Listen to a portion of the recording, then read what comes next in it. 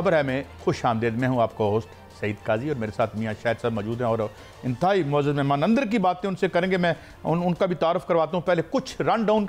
General फैज़ का court martial बानी PTI के लिए कितना ख़तरनाक है। उन्होंने ओपनली कह दिया है कि ये मेरे खिलाफ केस इस्तेमाल होगा मुबैना तौर पर। इस हवाले से क्या खबर है, क्या JUI सियासी इत्तेहाद के बगैर कामयाब हो पाएगी। उन्होंने सोलो फ्लाइट लेके तहरीक चलाने का आगाज़ कर दिया। IPP से निजात की बजाय लोड शेडिंग से अरबों बचाने की तैयारियां हैं। नई तजवीज़ आई है, ये कितनी अहम है, मज़ाक़ा खेज़ है या नहीं है, संजीदा है, इस पर बात करेंगे। और IMF के एजेंडे में इस दफ़ा फिर पाकिस्तान शामिल नहीं तो क्या फिर कोई बॉटल नेक्स आ गया। मेरे साथ मौजूद हैं मुनीब फारूक साहब, किसी तारफ़ के मोहताज नहीं, निगार हैं, एंकर हैं और अंदर की खबर भी रखते हैं। Thank you very much Munib Farooq साहब। पहले तो ये बताएं कि ये जो बानी PTI ने बात की है, do you see anything like that होता नज़र आ रहा है? और सेकंडली ये बताएं कि ये केस किस हद तक कहाँ तक पहुँचा है। सुना है लाइकली है कि जल्द ही इसका कोई फैसला हो जाएगा। जनाब मुनीब फारूक साहब। बहुत शुक्रिया काई साहब। देखिए, जो जनरल रिटायर्ड फैज़ हमीद साहब का मामला है वो तो अगर देखा जाए तो जारी बात है वो फौज का एक इंटरनल मामला है, लेकिन उससे मुतालिक जो खबर है वो तो यही है कि बड़े ठोस और पक्के शवाहिद सबूत इकट्ठे करके ये सिलसिला शुरू किया गया है और जो फील्ड जनरल कोर्ट मार्शल की उनके खिलाफ प्रोसीडिंग का आगाज किया गया है उसकी प्रेस रिलीज आपकी नजर से भी गुजरी। जो टॉप सिटी वाला मामला है मेरे ख्याल में वो तो बस खानापुरी के लिए ऊपर रखा गया है। मेन जो ज्यादा इशू था वो शायद उन्हीं वायलेशंस का जिक्र किया गया है जो कि उन्होंने की है पाकिस्तान आर्मी एक्ट की पोस्ट रिटायरमेंट। अब उनके बारे में जो एक जो खबर है वो ये है कि वो जनरल रिटायर्ड फैज हमीद साहब इस तरीके से वायलेशन करते रहे कि बाद नजर में उन्होंने शायद बहुत से लोगों से राब्ते किए। फौज में भी वो एक परसेप्शन देते थे अपने कुलीग्स को और लोगों को, मुतअद्दिद जगहों पे ये कहते नजर आए और उनसे बात मंसूब की जाती है कि खुदा न खास्ता पाकिस्तान फौज की जो क़यादत है वो अकेली है या जो जितने भी डेकोरेटेड ऑफिसर हैं कोर कमांड कर रहे हैं वो शायद अपने चीफ के साथ मुकम्मल तौर पर हम आहंगी नहीं रखते। इस तरह से so on and so fourth इस तरह की बातें उनसे मंसूब की जा रही हैं। लेकिन काई साहब ये तमाम बातें एलिगेशंस हैं। मसला ये है कि जो कोर्ट मार्शल की प्रोसीडिंग्स हैं आपको पता है वो बिहाइंड क्लोज डोर्स होती हैं। वर्डिक्ट सामने आता है, ना हमें ये पता है कि एलिगेशंस क्या है, ना हमें ये मुकम्मल तौर पे आता है कि एविडेंस क्या है, ना ये पता लगता है कि एग्जैक्ट चार्जशीट क्या है। लेकिन जो अब बातें जिनसे कुछ अख्ज़ किया जा सकता है उनमें से एक ये चार्ज है जो मैंने आपके सामने बयान किया। दूसरी साइड पर भी एक और जो क्लेम किया जा रहा है। देखिए, ये दावा है और दावे करना बड़ा आसान हो जाता है। दावा ये किया जा रहा है कि जी वो बेसिकली इमरान खान साहब के साथ उनका गठजोड़ था और 9 मई के अंदर जो उस दिन जो वाकयात हुए वो बाकायदा तौर पर उनका हदफ और ये सब कुछ ये एक सोचा समझा मंसूबा था और उसके अंदर जनरल रिटायर्ड फैज हमीद साहब शामिल थे। अब ये दोबारा ये एक दावा है, ये एक क्लेम है कि जिसका एविडेंस मौजूद है और साथ इल्जाम है। इसको काउंटर चेक हम किस तरह कर सकते हैं? या तो ओपन कोर्ट हो, ओपन ट्रायल हो, चार्जशीट का भी पता लगे क्या है या एविडेंस भी आप एवेल्युएट करते हैं। लेकिन जो ट्रैक रिकॉर्ड रहा है 9 मई के हवाले से पूरा रियासत का, बसात एहतराम वो तो बड़ा डिजमल एक परफॉर्मेंस है ना कि बेशक ये बात मुतअद्दिद दफा DG ISPR ने अपनी प्रेस कॉन्फ्रेंस में की और उन्होंने बरहमी का इजहार भी किया, मायूसी का इजहार भी किया कि अभी तक अदालतों ने सजाएं नहीं दी। लेकिन मेरा इस्तदलाल ये रहा उस पर कि क्या एविडेंस उतना सिक्का बंद प्रोवाइड किया गया या प्रोसिक्यूशन ने केस अपना ठीक लड़ा, ये सवाल अपनी जगह मौजूद है। बाकी जो मसाइल हैं आपको पता है वो भी अपनी जगह मौजूद हैं। इसके पीछे एक जो अंडरलाइंग रीजन है वो ये भी है कि मुनीब साहब, एक आपने प्रेस रिलीज पढ़ी होगी और हमने भी पढ़ी है। प्रेस रिलीज पे लिखा हुआ है एक तो टॉप सिटी, दूसरा लिखा हुआ इंक्वायरी होने के बाद जो है कोर्ट मार्शल की जो है वो कार्रवाई शुरू कर दी गई है। दूसरा लिखा है पोस्ट रिटायरमेंट उनकी वायलेशंस। ये जितने भी चीजें थी जब वो DG ISI थे तो उस वक्त ये जितने भी काम थे, क्या आर्मी चीफ इससे लाइलम हो सकते हैं उस वक्त के? अगर नहीं लाइलम हो सकते तो क्या ये आर्मी चीफ के इल्म में था तो क्या उन्होंने उनको कहा था? ये सारे सवालात अगर सामने रखे जाएं तो क्या आर्मी चीफ जो उस वक्त के थे उनसे भी पूछगिछ हो सकती है? देखिए, इसमें दो चीजें हैं। एक तो जिस तरह आपने फरमाया जो ISPR की प्रेस रिलीज है, चले टॉप सिटी वाला मामला तो वो फाइनेंशियल एक उसका एस्पेक्ट है मुझे नहीं लगता कि इदारा कभी भी उसकी जिम्मेदारी ले सकता है। वो जनरल फैज हमीद साहब का एक एक्ट था एज DGISI, उन पर इल्जाम है कि जी उन्होंने वहां पर अपने इख्तियारात का नाजायज इस्तेमाल किया, क्योंकि बड़े पावरफुल DGISI थे वो, वैसे भी वो पोस्ट बड़ी पावरफुल है। लेकिन जो दूसरा पैराग्राफ था, और अगर आप उसको गौर से, आपने भी जिस तरह निशानदेही की, उसमें दो चीजें बड़ी सिग्निफिकेंट हैं। एक के जी आर्मी एक्ट की वायलेशन, दूसरी पोस्ट रिटायरमेंट, तीसरा जो एस्पेक्ट है वो ये है कि ये नहीं लिखा कि इल्जामात हैं, लिखा है कि इट हैज बीन एस्टेब्लिश्ड, यानी ये बात साबित हो चुकी है। तो ये बात बड़ी अलार्मिंग है कि साबित हुई है कि उन्होंने रिटायरमेंट के बाद ये सब कुछ किया। अब उनकी रिटायरमेंट कब होती है? उनकी रिटायरमेंट दिसंबर 2022 में होती है। उसके बाद उन्होंने ऐसा क्या किया, ये सवाल मेरा, आपका या काजी साहब का हो सकता है कि वो ऐसा क्या कर रहे थे जो कि पाकिस्तान आर्मी एक्ट की वायलेशन के जुमरे में आता था। उसके बारे में जो खबर बहसियत सहाफी मैं दे पाया हूं वो मैंने आपके सामने रख दी है। लेकिन क्योंकि मैं दोबारा रिपीट करूंगा कि ये चीजें बिहाइंड क्लोज डोर्स होती हैं, तो इनके बारे में क्या कहा जा सकता है। हाँ, जो अपने टेन्योर में उन्होंने किया उसके बारे में तो निहायत एहतराम के साथ मैं कहूंगा, शायद हमारे आज की एस्टेब्लिशमेंट को या आज की क़यादत को कोई एतराज है ही नहीं। ना 2018 के अंदर जब DGC थे, वो जिस तरह 2018 का इंतखाब मैनिपुलेट किया गया और इमरान खान साहब के लिए बहुत सारे रास्ते हमवार किए गए, जिस तरह अब तो साकिब निसार साहब ये कह रहे हैं ना कि general Faiz Hamid registrar supreme court से राब्ते में थे, ये वो मान रहे हैं। तो एक DGC जो ISI में एक बड़ी सेंसिटिव और बड़ी अहम पोजीशन है, उनका रजिस्ट्रार सुप्रीम कोर्ट से राब्ता रखने का क्या तुक बनता था? एक ही सर यही खबर है कि ये क्या, यही नुक्ता है मुनीब साहब, यही नुक्ता है कि उस वक्त के चीफ जस्टिस भी उनके साथ राब्ते में थे, वो रजिस्ट्रार से भी मिलते थे, वो इतना वहां पर सुप्रीम कोर्ट में आते जाते थे। तो फिर क्या उस वक्त के चीफ जस्टिस हैं जो हैं वो भी गिरफ्त में आ सकते हैं? देखिए, गिरफ्त अब दो चीजों की है। जो जनरल फैज हमीद साहब की प्रेस रिलीज है उसको आप एक साइड पर देखिए। जो काम साकिब निसार साहब का था, साकिब निसार साहब को सियासी शख्सियत उस तरह, हाँ वो एक सियासी जज, मैं जरूर उनके कॉन्डक्ट पे सवाल उठाता हूं, बहसियत एक पाकिस्तानी, बहसियत एक कानून के तालिब इल्म के। लेकिन प्रॉब्लम यह है कि उनका किरदार उनके टेन्योर तक खत्म हो जाता है। उसके बाद हाँ, अगर ये साबित होता है, मैं ये अगर की बात कर रहा हूं, अगर ये साबित होता है कि उन्होंने जनरल फैज हमीद साहब के एमा पर, जब इवन रिटायरमेंट के बाद जनरल फैज हमीद साहब की तरफ से कहे जाने पर, दरखास्त करने पर, ड्यूरिंग या आफ्टर हिज टेन्योर इन्फ्लुएंस करने की कोशिश की सुप्रीम कोर्ट के हाजिर सर्विस जज साहिबान को इमरान खान साहब के लिए कोई फेवर लेने के लिए, तो हाँ उस पर सवाल जरूर हो सकता है। लेकिन उनका, यानी साकिब निसार साहब का अकाउंटेबिलिटी का कोई मैकेनिज्म और है नहीं। वो तो सुप्रीम जुडिशियल काउंसिल अभी भी इस पर सवाल होता है कि क्या एक रिटायर्ड जज के खिलाफ कार्रवाई कर सकती है। पिछले दिनों चीफ जस्टिस साहब ने कहा हाँ जी कार्रवाई तो आगे बढ़ेगी, लेकिन साकिब निसार साहब के खिलाफ ना ही कोई रेफरेंस है पेंडिंग, ना ही कोई दरखास्त पेंडिंग है। हाँ, इल्जामात की बौछार है, वो चलेगी। मुनीर साहब एक और रहनुमाई कीजिएगा। खबर ये भी है कि ये भी कंसीडर किया जा रहा है और इस इंक्वायरी में ये बात भी सामने आई है कि जनरल फैज जो अपने एज ए DGISI जो उन्होंने कंडक्ट किया उसमें उन्होंने खुद नुमाई की, उन्होंने उसमें जो है टॉप सिटी का जो मामला था वो सामने आया, और 9 मई के वाकयात या जो पोस्ट रिटायरमेंट या उससे पहले जिसमें पाकिस्तान को मुख्तलिफ जगहों पर जो है नुकसान भी पहुंचा, अफगानिस्तान का मामला था, या अब तालिबान जो पाकिस्तान में आए उनके साथ जो है खुद नुमाई करना, सारा सामने आना मामला, तो ये भी कंसीडर किया जा रहा है क्या कि उनके एज ए DGISI अपॉइंटमेंट ही गलत फैसला था? नहीं, मेरा नहीं ख्याल कि कभी कोई ऐसा चीज इवन पाइपलाइन में है जिसमें ये सवाल हो कि जी काजी के फैज हमीद साहब को DGISI क्यों अपॉइंट किया गया, उन्होंने तालिबान के हवाले से जो पॉलिसी अपनाई, जो दोबारा उनको पाकिस्तान के अंदर कोई सेटलमेंट करानी थी लोगों की, वो कितनी दुरुस्त या गलत पॉलिसी थी। मैं, अगर आप इसको गौर कर पाए, मैं अर्ज कर रहा हूं कि ये शायद वो चीजें हैं जो सही हुई या गलत हुई।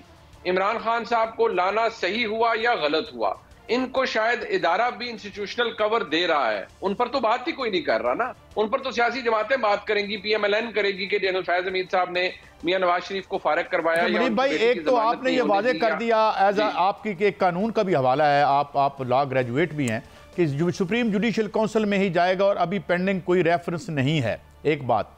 दूसरी बात मैं ये भी आपसे पूछना चाहता हूँ कि जाहिर है ये तो बड़ी पॉजिटिव बात है कि इतनी पावरफुल शख्सियात को भी कानून के नीचे हैं, ये हमें एस्टेब्लिशमेंट ने एक पॉजिटिव मैसेज तो दे दिया, मगर इसके साथ एक और बहस चल रही है। जो वजीर हैं मौजूदा हुकूमत के, वो बाजवा साहब के साथ अपना इंटरेक्शन, डील की, ये इतनी खुल के बातें हो रही हैं कि जनाब उनके ससुर मिले जाके नवाज शरीफ साहब को कि इनको लगा दें। ये बात ख्वाजा आसिफ साहब ने, कल मैं उनका प्रोग्राम देख रहा था, उसमें कही। Do you think they also need to be reined in, कि ये बातें पब्लिक में ना की जाएं और ये प्रैक्टिस भी ख़त्म की जाए? मुनीब साहब, बात ये काजी साहब, गुजारिश है कि ये एक एस्पेक्ट ऐसा है, अब इसको मैं बड़ी खुली तरीके से कुछ कोशिश करता हूं, मैं इसको समराइज कर दूं आपके लिए। हमारे मुल्क में जो आर्मी चीफ की अपॉइंटमेंट होती है, चाहे कोई भी हो, ये किसी भी गवर्नमेंट के लिए बड़ा स्लिपरी स्लोप होता है। इशू ये है कि सियासी जमातें या कोई हुकूमत जो माजी में भी तासुर रहा है कि जी वो चीफ लाएं जो हमारा चीफ हो, जिनके साथ हमारा ताल्लुक अच्छा हो, सब कुछ हो, किसी ने इन्फ्लुएंस कर दिया, किसी को आप पसंद आ गए, कोई आपको पसंद है, किसी के ससुर आपके पास आ गए, उनका आपका पुराना ताल्लुक है, जो बाजवा साहब के केस के अंदर हुआ। अब इशू ये है कि बाजवा साहब को मियां नवाज शरीफ साहब ने पिक करके, हाल में चौथे या पांचवें नंबर पर थे, उनको लगाया, खमियाजा भुगता कि जी उनको लगाया। और बेशक वो उस फील्ड के अंदर थे, उन तमाम उस पूरे जो एक ऑफिसर्स का था एक ग्रुप, उसके अंदर से थे, उनको एलिवेट किया गया।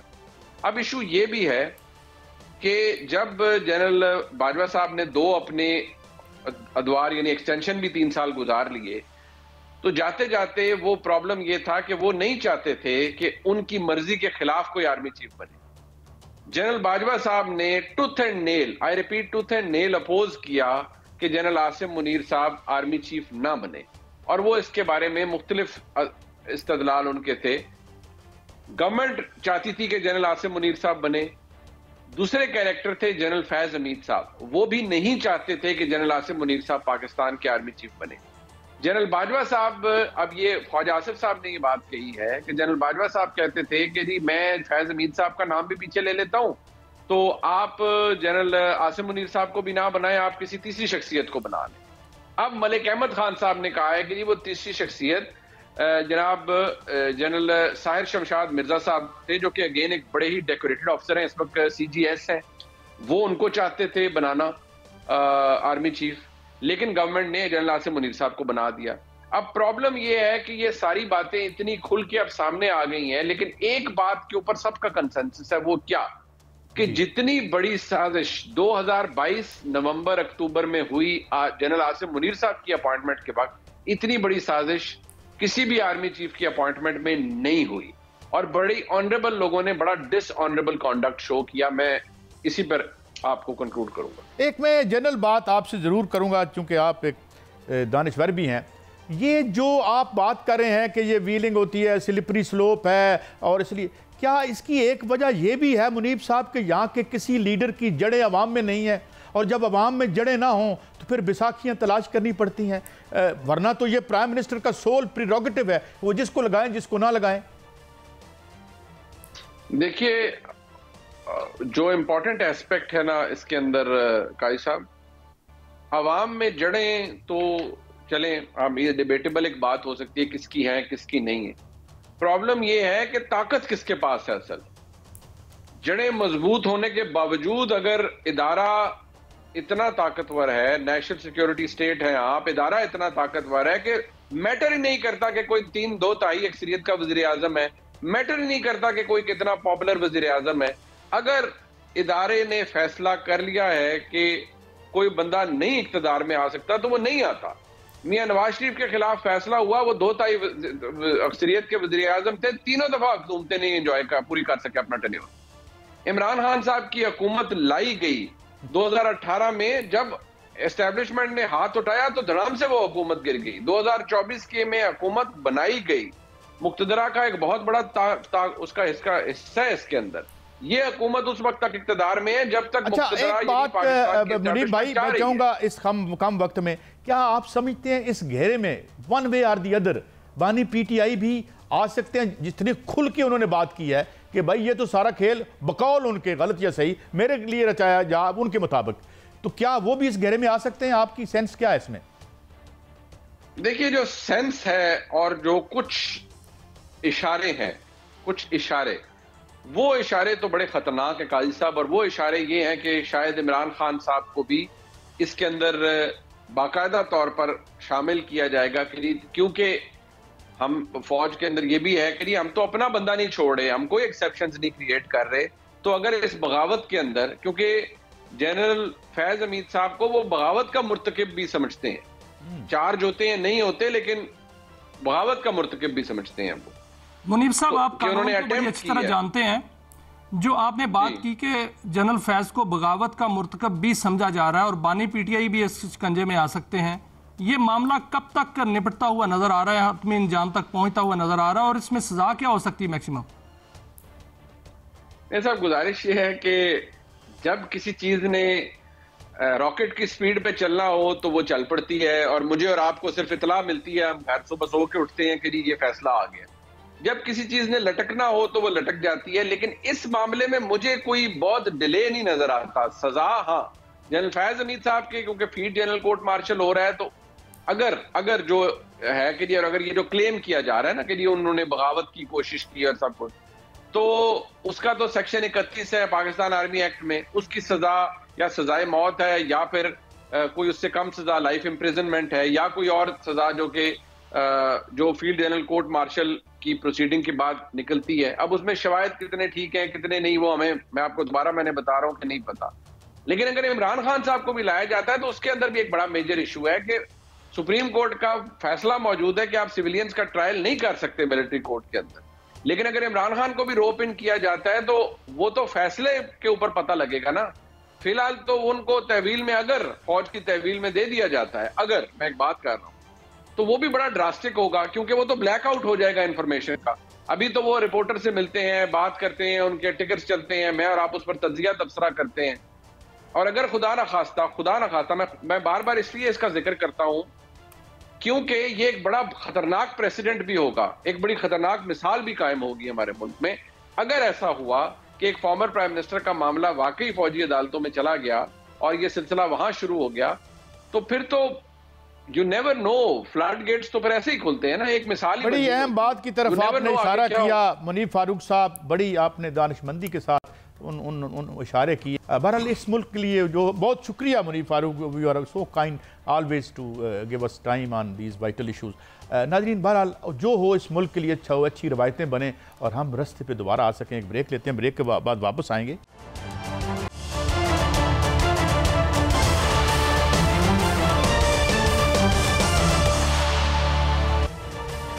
Welcome back. नाज़रीन, हमें ज्वाइन किया है जनाब मोहम्मद अली दुरानी साहब, आजकल की सियासत के रूए रवां हैं और कुछ ना कुछ एक रास्ता निकालने की कोशिश भी करते रहते हैं। इनसे ताज़ा तरीन सूरत हाल पूछेंगे, पर्टिकुलरली जो एक बैठक हुई थी। Thank you very much Muhammad Ali Durrani साहब। दुरानी साहब, उसके आगे क्या कोई एक्सटेंशन हुई है, मज़ीद राब्ते हुए हैं? क्योंकि कुछ JUI का ये भी कहा जा रहा है कि वो अलग से तहरीक चलाना चाहते हैं, बल्कि ये खबरें हैं कि वो बड़ा जल्दी में हैं। तो कहाँ तक ये गुफ्तगू और बैठक पहुँची है आगे, जनाब दुरानी साहब? बिस्मिल्लाहिर्रहमानिर्रहीम। जहाँ तक सर तमाम कंपोनेंट पार्टीज का ताल्लुक है, हर पार्टी ने अपनी अपनी तहरीक का एक प्लान पहले से बनाया हुआ था। मौलाना के रेफरेंस से सितंबर में उनका लाहौर में प्रोग्राम है, उसके बाद कराची में है, और वो एक कांस्टेंट जो है एक अपनी तहरीक को लेके चल रहे हैं। इसी तरह जमात इस्लामी भी एक तहरीक को लेके चल रही है, PTI खुद अपने जलसे कर रही है। मतलब ये है कि जितनी भी अपोजिशन की पार्टीज हैं वो आवाम के रिस्पांस को देखते हुए अपना प्रोग्राम जो है उसको लेके आगे बढ़ेगा। तो किसी कट का होना या आपस में टुगेदरनेस की तरफ जाना जो है वो किसी के जो ऑनगोइंग एक्टिविटीज हैं उनको तो रोकने का सबब नहीं बनता। तो इसलिए मैं समझता हूँ कि ये तो एक अपोजिशन के पॉइंट ऑफ व्यू से खुश आइंद बात है कि तमाम कंपोनेंट पार्टीज जो है वो अपना अपना काम कर रही हैं। और जहां तक आपके सवाल का ताल्लुक है, जो नशिस्त हुई थी उसके बारे में क्या डेवलपमेंट है, उसके बारे में उसके ऑनवर्ड जितनी भी एक्टिविटीज़ हैं या पॉसिबल डेवलपमेंट्स हैं वो डेफिनेटली हो रही हैं।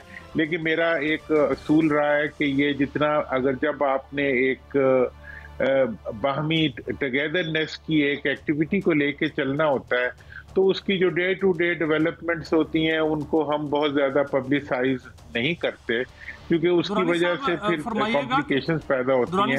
इंशाल्लाह जैसे ये मीटिंग एक वो थी, पॉजिटिव हवा थी, एक पॉजिटिव मैसेज था तमाम ऑपोजिशन के लिए। इंशाल्लाह अगली जब गैदरिंग होगी तो ये एक ज़्यादा बड़ा मैसेज जो है जाएगा। मैं मियां शाहिद बात कर रहा हूँ। दुरानी साहब, मौलाना फजलुर रहमान ने तो आज ऐलान कर दिया बाकायदा गुफ्तगू करते हुए कि हम अकेले तहरीक चलाएंगे, माजी के तजर्बात तल्ख हैं।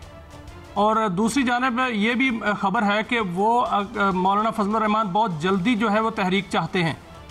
इधर दूसरी जानिब तहरीक इंसाफ की जो क़यादत है, मौजूदा क़यादत, वो कंप्रोमाइज नज़र आ रही है। तो क्या आपकी जो एफर्ट्स हैं वो समझा जाए कि वो ख़त्म हो गई, आपके एफर्ट्स का जो है रंग नहीं लाई? या दूसरा ये बताएं कि क्या मौलाना ने आपको बताया है कि हम अकेले तहरीक चलाएंगे?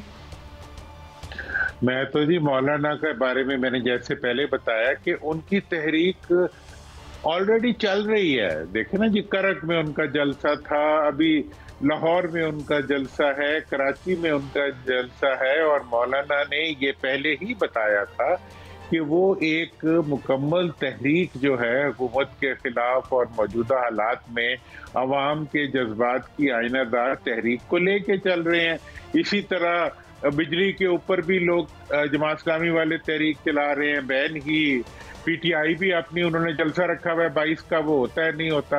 असल में ये जितने भी देखिए, एक हुकूमत की हिकमत अमली है, हुकूमत की स्ट्रेटजी है। हुकूमत का प्रॉब्लम यह है वो जमीन पे तो कुछ कर नहीं रहे, वो सिर्फ मीडिया प्रोपेगेंडा के जरिए जो है अपनी अकाउंट सेटलिंग भी करना चाहते हैं। हुकूमत तो अपनी जगह पे काम कर रही है, वो तो कर रही है कि अगले हल्के भी खोल रही है, और उनको उम्मीद है कि जो हल्के खुलेंगे उनके पलड़े में आएंगे और गिनती में वही जीतेंगे। हुकूमत तो कर रही है, लेकिन दूसरी जानब जो अपोजिशन है उसमें मेरा ख्याल क़यादत का मसला है। तो क़यादत कौन करेगा, कौन मानेगा कि कौन क़यादत करेगा? क्या मौलाना की क़यादत पर जो है वो सारे कंप्रोमाइज कर जाएंगे? मियां साहब, जहां तक हुकूमत का ताल्लुक है ना, वो हल्के खोलेगी तो वो तो अगर आप शर्म को साइड पे रख दें तो जितने मर्जी हल्के खोल लें, पतन की रिपोर्ट खोल लें, जो मर्जी खोल लें, वो जो सोच रहे हैं या जो कह रहे हैं वो तो वो कह रहे हैं। और उनका जो इस वक्त अवाम में पोजीशन है, वो अवाम में तो पहले चले जाएं, किसी दिन पैदल चल के देख लें सड़क पे, तो उन्हें पता चल जाएगा कितने हल्के उन्हें और खोलने चाहिए और कितने बंद करने चाहिए। जहां तक ऑपोजिशन का ताल्लुक है, ऑपोजिशन की तो लॉटरी निकली हुई है। जो भी ऑपोजिशन का बंदा जहां भी खड़ा हो जाता है, हजारों का मजमा इकट्ठा हो जाता है, और वो इस चीज को, हर पार्टी जो है वो इस चीज को अपने लिए एक फायदा समझ के तहरीक चला रही है। लेकिन सर, इम्पैक्ट क्रिएट करने में तो नाकाम है इस वक्त तक। अपोजिशन जो है वो कोई इम्पैक्ट क्रिएट करने में कामयाब नहीं हुई। इस वक्त तक हुकूमत जो है वो अपनी इज्जत बचाने में कामयाब नहीं हुई। इस वक्त तक हुकूमत जो है वो अपोजिशन के या इवन PTI के वोट बैंक को कम करने में कामयाब नहीं हुई। इस वक्त तक हुकूमत जो है वो अवाम के अंदर अपना इमेज बहाल करने में कामयाब नहीं हुई। आधे आधे पेज का इश्तिहार दे के, और मतलब यह है कि अवाम के पैसों से ही अवाम को कोई फैसिलिटी दे के और किसी रॉन्ग डूइंग को करेक्ट किए बगैर जो अचीवमेंट का एक ऑरा क्रिएट किया जा रहा है, एक माहौल बनाया जा रहा है, मतलब फिल्म तो बन रही है। नहीं, ये तो अब एक बात रोज़े रोशन की तरह है कि अपोजिशन का जो भी रोल हो, लेकिन गवर्नमेंट तो तकरीबन ऑल फ्रंट्स पे हमें जो है वो बैक फुट पे नज़र आती है। लेकिन एक और जो मियां साहब शायद बात एक बीच में रह गई, मैं वो कर देता हूँ कि ये कहा जा रहा है कि जो PTI है उसमें 3 धड़े तकरीबन बने हुए हैं। गौर साहब का बताया जाता है, फिर मरवत साहब हैं, और फिर कोई और इमरान खान साहब का। तो क्या ये भी एक वजह है इस इत्तेहाद की आगे ना बढ़ने की, क्योंकि बड़ी पार्टी है और इसमें जो बाहर लीडरशिप है वो कुछ कन्फ्यूजन का शिकार है, ऐसा आपको लगता है दुरानी साहब? वाकई साहब, आप तो माशाल्लाह पुराने सियासी वो एक गुरु हैं। तो मैं तो ये समझता हूँ जनाब के पार्टियों के अंदर तकसीम तो होती है जब तक लीडरशिप पे कंसेंसस हो और जब तक वोट बैंक लीडरशिप के साथ इंटैक्ट हो, उस वक्त तक कोई ग्रुपिंग नथिंग मैटर्स। और हुकूमत अपनी तमाम स्ट्रेंथ्स जो होती है ना, वो हमेशा जो पेरिफेरी में बैठी हुई लीडरशिप्स होती हैं उनको डिवाइड करने में, सब कुछ करने में यूज करती। ना भुट्टो को कोई खत्म कर सका उस जमाने में, ना फांसी खत्म कर सकी, ना सजाएं खत्म कर सकी। आज के दौर में आपने देख लिया कि इंतखाबी निशान तक गायब कर दिया, मार मार के लोगों को दूर बना दिया, पुलिस के जरिए उनकी ऐसी तैसी फेर दी। उसके बावजूद वो आपकी गाड़ियों में बैठ के आपके नान खा के उन्होंने जाके वोट दूसरों को दे दिया। अभी वो ठट्ठा लगाते हैं। अगली बैठक कब हो रही है और कहां हो रही है सर?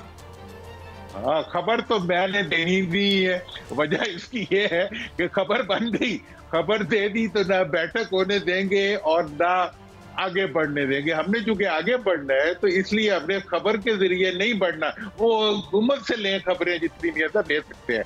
हुकूमत आजकल सिर्फ खबरें देती है और खबरों के जरिए जिंदा है और खबरों के जरिए ही खत्म हो जाएगी। एक दिन खबर आएगी कि खत्म हो गई।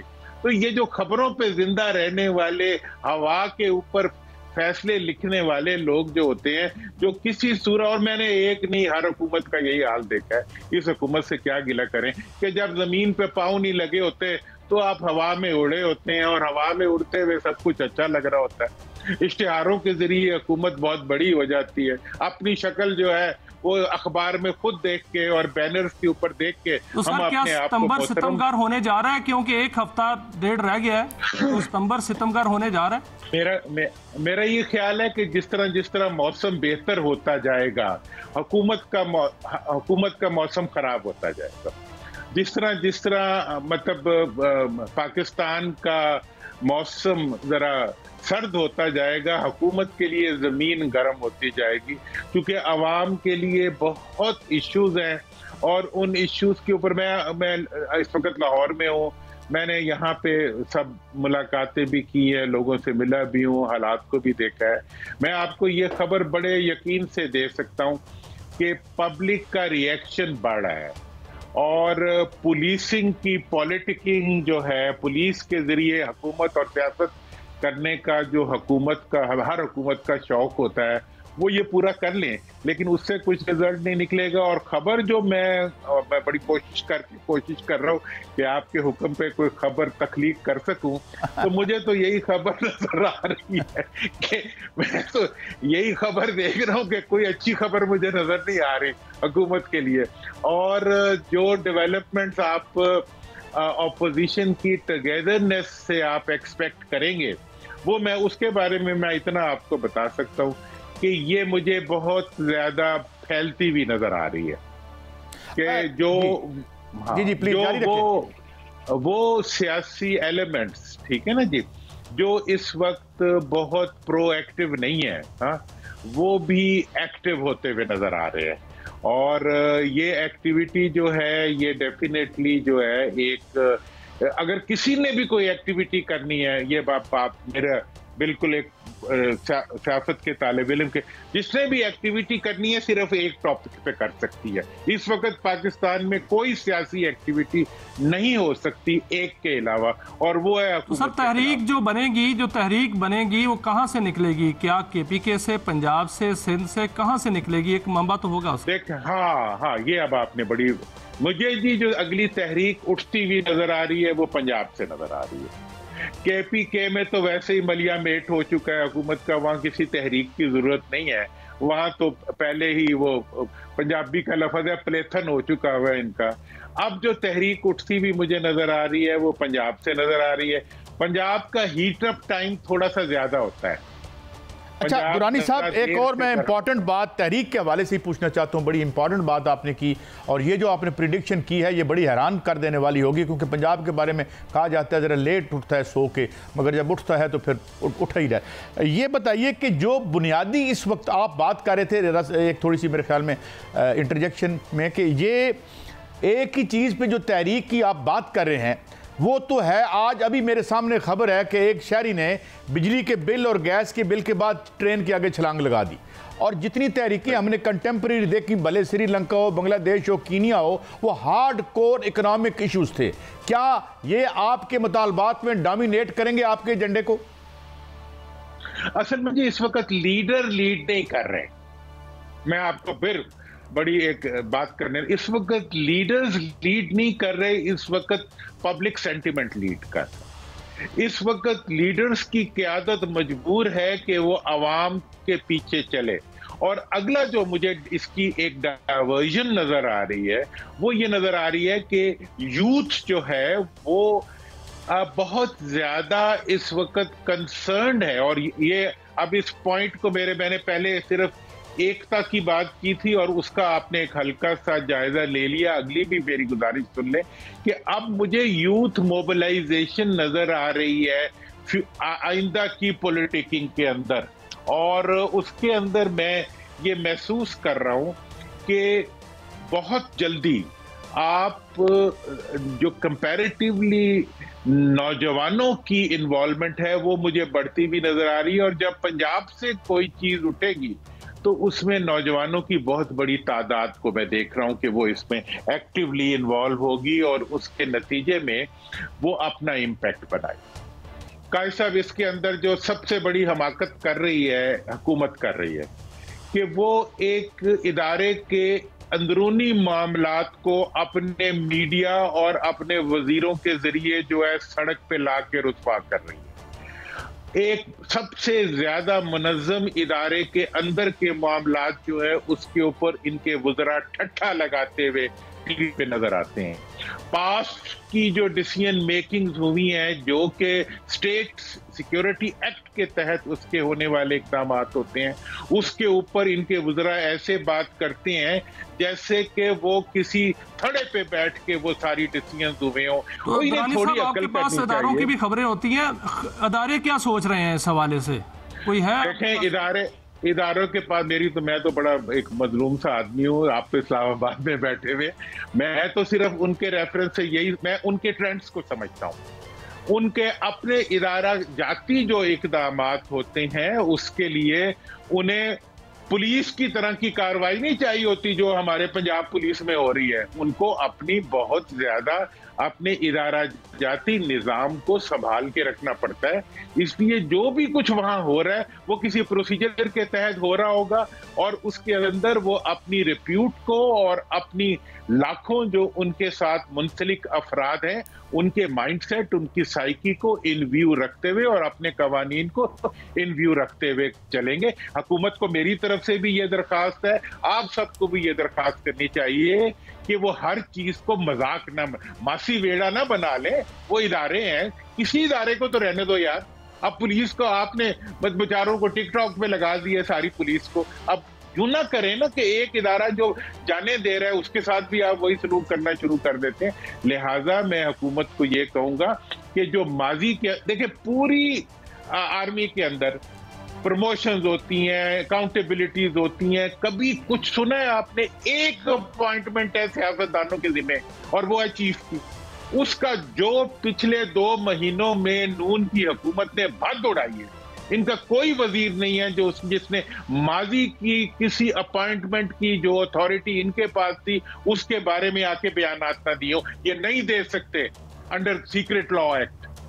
वजीरों ने ऐसे निगोशिएट किया है जैसे चीफ की अपॉइंटमेंट नहीं है, किसी डिप्टी कमिश्नर की अपॉइंटमेंट है जो ये करने जा रहे हैं या अपने किसी बड़ी दुरानी साहब मुनासिब बात की आपने कि ये जो बिल्कुल एक मजाक, ये सिलसिला ख़त्म होना चाहिए।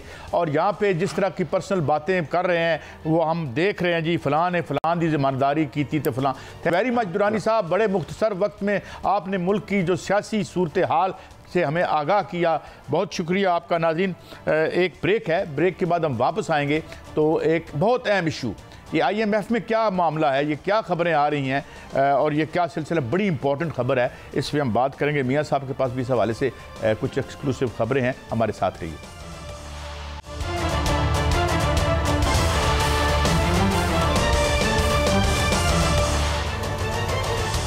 Welcome back. हमें ज्वाइन किया है मारूफ मैशदान जनाब डॉक्टर हाकान नजीब साहब, thank you very much for your time. Doctor साहब ये कुछ पहले तो खबरें थी कि भाई ये डन डील है $7 बिलियन की जो ये फैसिलिटी है, अब आ रहा है कि ये एजेंडे में नहीं है, फिर ये बातें ये अफवाहें हैं या क्या है कि रोल ओवर, चाइना कहता है कि ये कमर्शियल बैंक से रोल ओवर नहीं हो सकता, इधर हमारे दोस्त मिडिल ईस्ट में, तो क्या again we are in troubled waters या ये जस्ट रूमर मिल है? डॉक्टर साहब सुकाई साहब, हम इसका अहाता कर लेते हैं। स्टाफ लेवल एग्रीमेंट होता है पहले IMF के साथ, उसके बाद मैनेजमेंट एक उसकी रिपोर्ट तैयार करती है, उसको सर्कुलेट करती है बोर्ड में और फिर बोर्ड अप्रूवल के लिए जाता है। तो ये 3 हमने स्टेप्स जो हैं करने हैं। इस वक्त जो पाकिस्तान की पोजीशन है, हम हर दफ़ा IMF के पास एक ही वजह से जाते हैं, एक्सटर्नल खसारों की वजह से और एक्सटर्नल फाइनेंसिंग को इंश्योर करने की वजह से।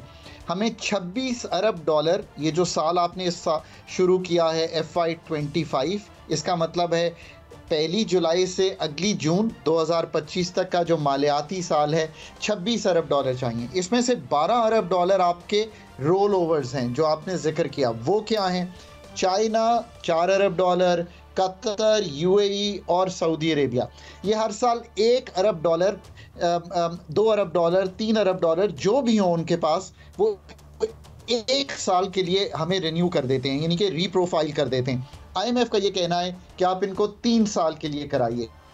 शायद ये मुमकिन अभी नहीं हो सका, एक तो ये बात है। तो इस पे कोई आपने एक हतमी चीज़ करनी है। आई रियली होप कि ये 1 साल की रीप्रोफाइलिंग का मतलब यही है कि ये हर साल होता रहेगा।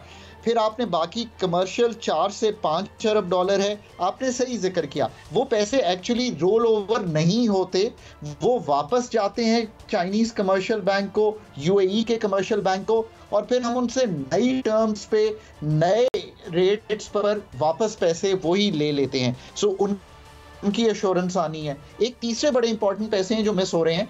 बहुत बड़ा एक चंक होता है जो ADB, world bank, IDB, AFD यानी कि फ्रांस की जो डेवलपमेंट एजेंसी है, इन सब ने हमसे वापस लेना है। ये भी रोल ओवर नहीं होता, पर हम उतने ही नए प्रोजेक्ट रखते हैं। तो लग इस तरह रहा है कि जो $26.2 अरब टू बी एग्जैक्ट की ग्रॉस एक्सटर्नल फाइनेंसिंग की जिम्मेदारी पाकिस्तान ने पूरी करनी है, वो फंड अभी कंफर्टेबल नहीं हुआ, और जो बोर्ड की मूवमेंट है इस वजह से 28-30 का जो बोर्ड था इस अगस्त का, वो डिले होकर सितंबर में चला गया है। फिर ऑफ कोर्स आप क्या समझते हैं कि है और सितंबर में क्या शेड्यूल है, या हमें कोई खुसूसी दरखास्त करनी पड़ेगी और वो क्या दरखास्त जो है वो मंजूर हो जाएगी?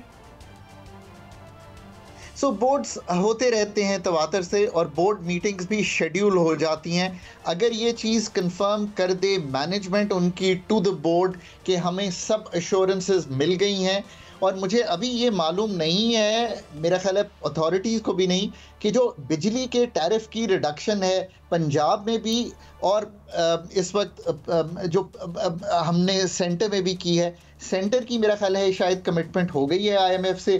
पंजाब को किस तरह देख रहा है वो IMF, आई थिंक इशू तो जरूर रेज होगा। डॉक्टर साहब, आज वजीर आजम ने कहा है कि हम IMF से दरखास्त करेंगे कि जो हमने सब्सिडी दी है उसको कंसीडर किया जाए। अभी दरखास्त करनी है इस हवाले से। और आप क्या समझते हैं कि जिस तरह हम कमिटमेंट पूरी नहीं कर पा रहे, तो ये प्रोग्राम आगे चलता हुआ नजर आ रहा है IMF के साथ? जब पहले हम गए थे फंड के पास कुछ निगोशिएशन करने के लिए बिजली के निर्खों से रिलेटेड, तो शायद वो पूरी नहीं हो सकी थी और IMF हैड नॉट एग्रीड। अब क्या प्लान है हमारे पास? मैं हमेशा कहता हूँ कि सिर्फ IPP रीफाइलिंग पे जाना, सिर्फ टैक्सेस को कम करना, सिर्फ पाकिस्तान के टैरिफ को अगेन ठीक करना, ये एक चीज काफी नहीं होगी। पर अगर ये सारी चीजें, मैंने तो अभी प्लान आपके सामने रख दिया है, अगर आप ये लेकर जाएंगे ट्यूबवेल्स को सोलराइज करना, तो जरूर ऐसा हो सकता है कि फंड आपसे एग्री कर जाए कि ये आप काम कर सकते हैं। पाकिस्तान इस वक्त एक इशू उठा लेता है तो वो पुश करना शुरू करता है। There is no panacea in the electricity sector. Gas को भी उसी तरह ठीक करना है। मसलन गैस ज़ाया करते हैं हम घरों में, और वो अमीर सार्फिन पे करते हैं। मैं ये बात तवातर से कह रहा हूं कि गैस को विंटर्स में वापस ले लीजिए। इन सारे सार्फिन से जो 26% हैं ऑफ द टोटल सार्फिन, और डॉक्टर साहब 37 महीने का ये पैकेज है, डॉक्टर साहब 37 महीने का ये प्रोग्राम है। हम एक ही प्रोग्राम में अपनी कमिटमेंट पूरी नहीं कर पा रहे और आइंदा आने वाले 37 महीने एक पहाड़ हैं और महंगाई का तूफान है, तो क्या होगा आगे? आप देख रहे हैं कि IMF के साथ हमारा प्रोग्राम अगर मुकम्मल नहीं होता तो आगे क्या होने वाला है फाइनेंस के हवाले से और मालियाती मुश्किलात के हवाले से। एक तो ये बात आपने अच्छी इसलिए रखी है कि एक मिसनोमर है कि हमने कोई 23 प्रोग्राम IMF से किए हैं। मेरे भाई, हमने कभी भी 23 प्रोग्राम नहीं किए, हमने 23 प्रोग्राम एंटर किए।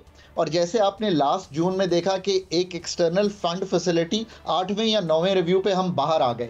ये आपने बहुत अच्छा नाजरीन को बताने के लिए रखा है। हमने ज़िंदगी में एक एक्सटेंडेड फंड फैसिलिटी कंप्लीट की है जो 13-16 की थी, और ये बात मुझे इसलिए मालूम है कि मैंने वो प्रोग्राम पाकिस्तान की टीम के लिए एंकर किया था। हम कभी भी प्रोग्राम कंप्लीशन नहीं कर पाए, उसके अलावा इन्हीं वजूहात से जो आपने सामने रखी हैं। We don't complete every structural benchmark, every prior action, every quarterly target, every indicative target. ये बहुत ही टेक्निकल काम है। मेरी गुजारिश ये होगी कि आप अपनी फाइनेंस की टीम को थोड़ा सा प्रोफेशनलाइज कर लें और उसमें कोई ऐसे लोग लाएं जो फंड के प्रोग्राम को चलाना जानते हों ऑन टर्म्स जो हम खुद डेवलप कर सकें। मैं एक बात कहूं सर, ये तो फाइनेंस की बात है ना, ये तो सर फाइनेंस की बात है। आज वजीर बातदबीर, वजीर तवानाई जो है, उन्होंने एक नया फार्मूला दिया है, उस पर भी जरा रहनुमाई कीजिएगा। वो कहते हैं कि 2 घंटे की लोड शेडिंग बर्दाश्त करें तो 50 अरब रुपए बचेंगे। तो अगर 50 हम 500 अरब रुपए बचाते हैं, जो कि 2000 अरब रुपया हम कैपेसिटी पेमेंट देते हैं सालाना, 500 अरब रुपया बचाते हैं तो इसका मतलब 16 घंटे की लोड शेडिंग होगी। तो ये कैसा फार्मूला है जो मुल्क इस तरह ये आगे बढ़ेगा सर? ऐसा नहीं होगा। देखिए, एक 94 के IPPs हैं, एक 2002 के IPPs हैं और एक 2015 के IPPs हैं। तो पहले तो हम इसको इस तरह समझ लेते हैं और इनको हमें अलग डील करना पड़ेगा। जो 94 और 2002 के IPPs हैं, अनफॉर्चुनेटली हमें इनको ख़त्म कर देना चाहिए था। इन पे 50 अरब से मेरा ख्याल है 84 अरब जा रहा है, और जो अथॉरिटीज़ कह रही हैं वो ये है कि हम इन IPPs को नहीं रखेंगे और ख़त्म कर देंगे और उससे आपकी लोड शेडिंग कुछ बढ़ जाएगी। मेरा ख्याल है ये एक अच्छा फॉर्मूला है, इस पर अमल कर लेना चाहिए। बट बात यहाँ पे ख़त्म नहीं होगी।